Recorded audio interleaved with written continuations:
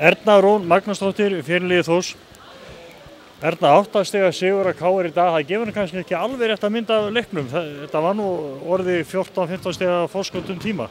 Já, við vorum alveg með leikinn í okkar höndum, nánast allir tíman, sko. Varnarleikurinn framan af gríðarlega sterkur, en þið höktu svolítið í sókninni.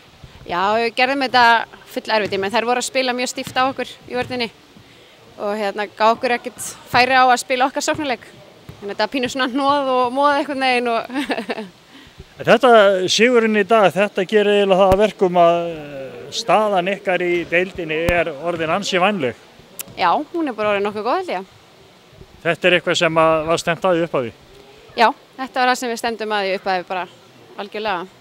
Þetta er ekki búið, það er bara svona heldur áfram þið eftir að fara suður yfir heiðar og spila við Fjölni og væntanlega KR leik og tvisvar við Breiðablik eitthvað, þannig að þetta er ekki búið? Ekki búið, við hefum 4 leiki eftir, þannig að já, við þurfum bara að halda áfram, algjörlega. En líkillinn á sínum dag, hann var bara kannski fyrst og síðast bara liðsheildin og baráttan? Já, liðsheild og baráttan og bara hvað er ógeðslega gaman að spila.